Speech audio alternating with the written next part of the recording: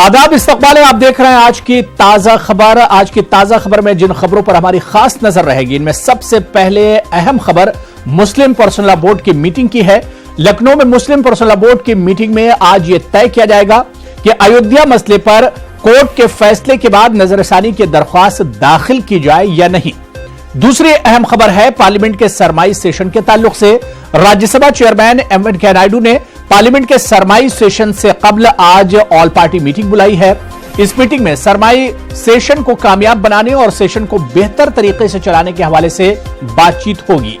तीसरी अहम खबर तेलंगाना आरटीसी मुलाजमीन के जारी एहतजाज को लेकर है। तेलंगाना आरटीसी हड़ताल के दौरान आज ज्वाइंट एक्शन कमेटी ने भूख हड़ताल का फैसला किया है। साथ ही हड़ताली आरटीसी मुलाजमीन बस रोको एहतजाज भी करेंगे। इसके अलावा हम बात करेंगे सीजेआई के रिटायरमेंट के हवाले से। सीजेआई रंजन गोगोई रिटायर होने जा रहे हैं। जुमे को रंजन गोगोई का आखिरी वर्किंग डे था। 46वें चीफ जस्टिस ऑफ इंडिया रहे रंजन गोगोई ने कई अहम और तारीखी फैसले सुनाए हैं। इसके बाद कर्नाटक के मशहूर शायर जिया कर्नाटकी के हवाले से हम आपको बताएंगे। कर्नाटक के मशहूर शायर और अदीब जिया कर्नाटकी का इंतकाल हो गया है। उनकी नमाज जनाजा बाद नमाज जोहर मस्जिद कादरिया में अदा की जाएगी और तदफीन कुद्दूस साहब कब्रिस्तान में अमल में आएगी। आखिर में हम आपसे बात करेंगे श्रीलंका की सदारती इंतखाबात के बारे में। वोटों की गिनती लगातार जारी है। श्रीलंका में सदारती इंतखाबात के बाद वोटों की गिनती जारी है। इब्तिदाई दौर में राजपक्षा ने लीड की है। इस वक्त रूलिंग पार्टी के उम्मीदवार प्रेमदासा लीड कर रहे हैं।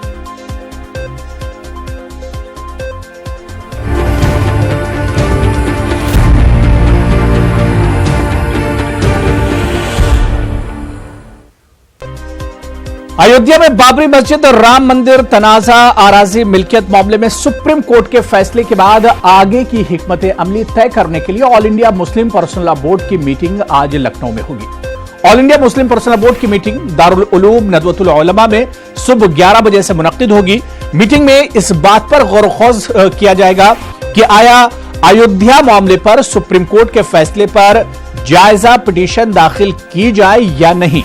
साथ ही मुसलमानों को नई मस्जिद की तामीर के लिए सुप्रीम कोर्ट की हिदायत पर 5 एकड़ जमीन लेनी चाहिए या नहीं। मीटिंग की सदारत बोर्ड के सदर मौलाना राबे हसनी नदवी करेंगे। आपको बता दें कि all India Muslim personal law board के रुकन और ऑल इंडिया बाबरी मस्जिद एक्शन कमेटी के कन्वीनर जफर याब जिलानी ने फैसले के दिन ही कहा था कि वो फैसले का एहतराम करते हैं, लेकिन फैसले से मुतमईन नहीं है।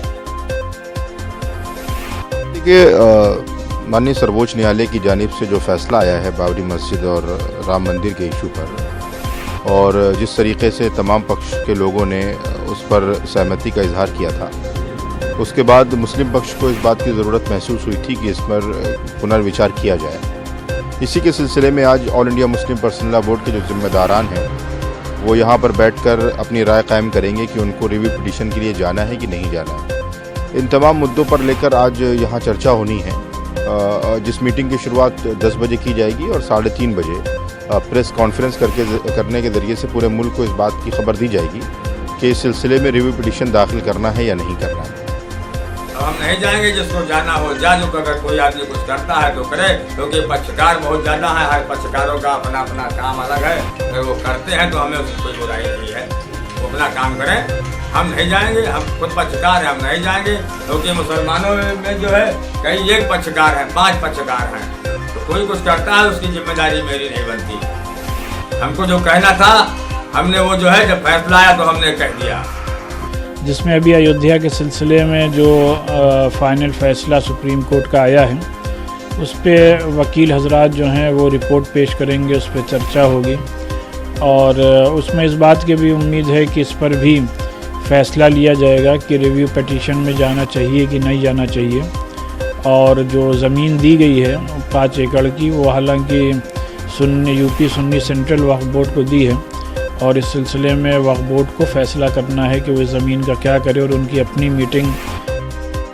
और इस खबर पर और बातचीत करने के लिए सीधे लखनऊ का रुख करेंगे, जहां से हमारे साथ हमारे नुमाइंदे तारिक कमर राज तौर पर हमारे साथ जुड़े हुए हैं। तारिक कमर, क्योंकि अयोध्या पर तारीखी फैसला आने के बाद all India Muslim personal law board की आज पहली मीटिंग हो रही है। सबकी नजरें एक तरह से आज की इस मीटिंग पर टिकी हुई हैं कि क्या कुछ अहम फैसले आज की इस मीटिंग में लिए जाएंगे।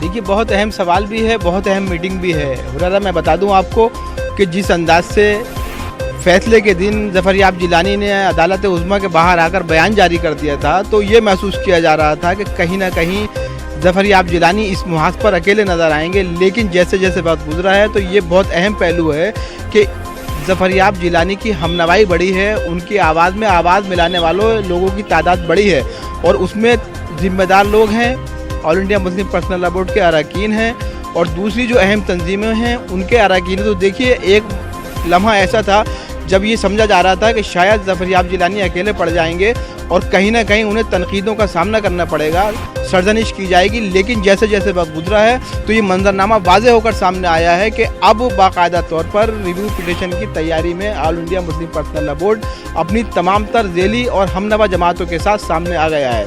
तो देखिए, बहुत अहम पहलू है ये। आज की मीटिंग में फैसला किया जाना है कि जो ये नज़र-ए-सानी की दरख्वास्त है दी जाए, किस अंदाज से दी जाए, और जो ज़मीन का मामला है 5 एकड़ का, उसको किस अंदाज से टैकल किया जाए, वो लिया जाए या सुन्नी वक्फ बोर्ड की उसमें कैपेसिटी मुकम्मल सूरत हाल का जायज़ा लिया जाएगा। कहाँ कहाँ पर खामियां रही हैं उसको देखा जाएगा, कहाँ कहाँ पर अदालत ने उनके फेवर में बयानात जारी किए हैं उन तमाम नुकात को देखा जाएगा, उसकी रोशनी में आइंदा की हिकमत अमली वज़ा की जाएगी। लेकिन देखिए, हम 2-3 दिन से मुसलसल अपने नाज़रीन को ये बता रहे हैं कि क़वी इम्कानात हैं कि रिव्यू पिटीशन दाखिल किया जाएगा, नज़र-ए-सानी की दरख्वास्त दी जाएगी। इसके इम्कानात रोशन हैं क्योंकि ज़िम्मेदार अरकान ने, ज़िम्मेदार लोगों ने, वकला ने बयानात जारी कर दिए हैं। हत्मी फैसला आज होना है, ताहम इस बात में कोई शक व शुबा हमें नज़र नहीं आता है कि ये लोग नहीं जाएंगे। तो अब कोशिश यही की जा रही है कि किस अंदाज से इस पूरे लाएअमल को तैयार किया जाए, किस अंदाज से। बिल्कुल तारिक क़मर, सवाल यहाँ पर ये उठ रहा है कि all India Muslim personal law board के अलावा इस पूरे मामले में जो दूसरे मुस्लिम फरीक थे, क्या उनका साथ भी all India Muslim personal law board को मिल रहा है इस मामले में?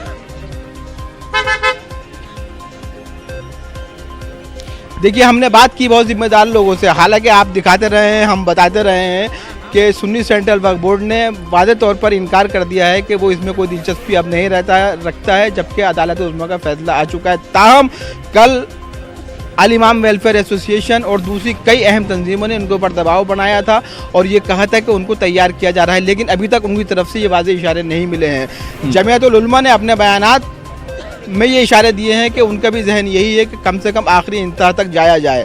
All India Muslim personal law board party नहीं है, बाबरी मस्जिद एक्शन कमेटी पार्टी नहीं है, ताहम ज़फ़र याब जिलानी ने वाज़े तौर पर इशारा दे दिया है कि वो अदालत उज़्मा का रुख एक बार फिर करेंगे, नज़र-ए-सानी की दरख्वास्त एक बार फिर दाखिल की जाए। तो देखिए, ये जो पूरी सूरत हाल है, ये जो पूरा मंजरनामा है, ये अपने आप में बहुत पेचीदा अब नहीं है। और देखिए, इसमें बहुत अहम पहलू ये है कि हालांकि ये वादा किया गया था बार बार कि जो कुछ भी अदालत उज़्मा का फैसला आएगा उसको इत्तफ़ाक़ राय से सब लोग मानेंगे, लेकिन यहाँ पर कहीं ना कहीं एक शरीयत का पहलू भी है हुरैरा, जिसको हम वाज़े करना चाहेंगे अपने तमाम नाज़रीन के लिए। All India Muslim personal law board के जो जिम्मेदार अरकान हैं, बिलखुसूस जो सदर हैं और जनरल सेक्रेटरी हैं, कन्वीनर्स हैं, तो उन्होंने ये वाज़े किया है कि देखिए, शरीयत के अपने तकाज़े हैं, ये शरीयत का भी हुक्मनामा है कि आखिरी इंतहा तक हुज्जत तमाम कीजिए। अपने हुकूक की बाजियाबी के लिए, तहफ़्फ़ुज़ के लिए अदालत का रुख करना इसलिए भी इनके लिए शायद ज़रूरी हो गया है कि उनको शरीयत का ये रोशन पहलू नज़र आता है, शरीयत के अहकामात की रोशनी में भी वो जाना चाहते हैं। साथ ही देखिए, एक बड़े तबके की नुमाइंदगी मुस्लिम पर्सनल लॉ बोर्ड ने की है हमेशा से,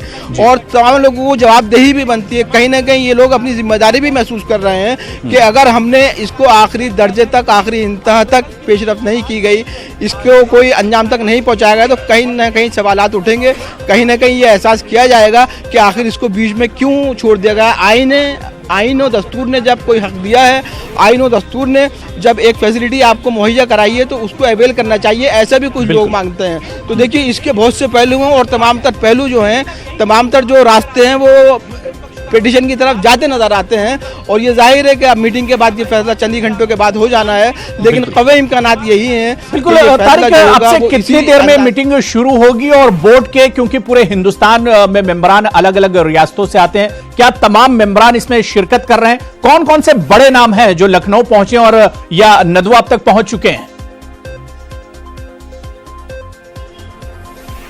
हाँ हाँ देखिए, अभी मैंने देखा है और कैमरे की निगाहों ने भी देखा है, कैमरे ने वो मंजर भी कैद किया है कि अभी तकरीबन 10 मिनट पहले ही असदुद्दीन ओवैसी हैदराबाद से यहाँ पहुँचे हैं नदवा में, उनकी गाड़ी अंतर हुई है। इसके अलावा कुछ लोग कल शाम ही यहाँ पहुँच गए हैं दिल्ली से और दूसरे इलाकों से, दूसरी रियासतों से। और all India Muslim personal law board के जो सदर हैं राबिया हसनी नदवी, उनका क़याम ऑलरेडी यहाँ रहता है, वो भी हमें मालूम हुआ कि सदारत फरमाएंगे, आज अंदर ही मौजूद हैं। हालांकि अंदर जाने की इजाज़त नहीं है मीडिया को, ताहम हम दरवाजे पर मौजूद हैं नदवतुल उलूम के, आप देख सकते हैं। तो जिम्मेदार अरकान पहुँच रहे हैं और ये 11 बजे के बाद किसी वक्त भी मीटिंग शुरू हो जाएगी। तो उम्मीद यही की जा रही है कि बड़ी तादाद में लोग शरीक होंगे। बिलखुसूस ज़फरयाब जिलानी ने ये कल वाज़े किया था कि तमाम लोगों से बातचीत चल रही है और सबके जो इत्तफाक राय है वो इसी हक में बनती नजर आ रही है। आज सिर्फ मोहर लगनी है और मोहर लगने के बाद आइंदा की हिकमत अमली को वाज़े कर दिया जाएगा और पेशरफ शुरू कर दी जाएगी। बिल्कुल तारिक कमर, आप नजर बना रखिए। बहुत बहुत शुक्रिया हमारे साथ जुड़ने के लिए और तफसील से तमाम जानकारी देने के लिए।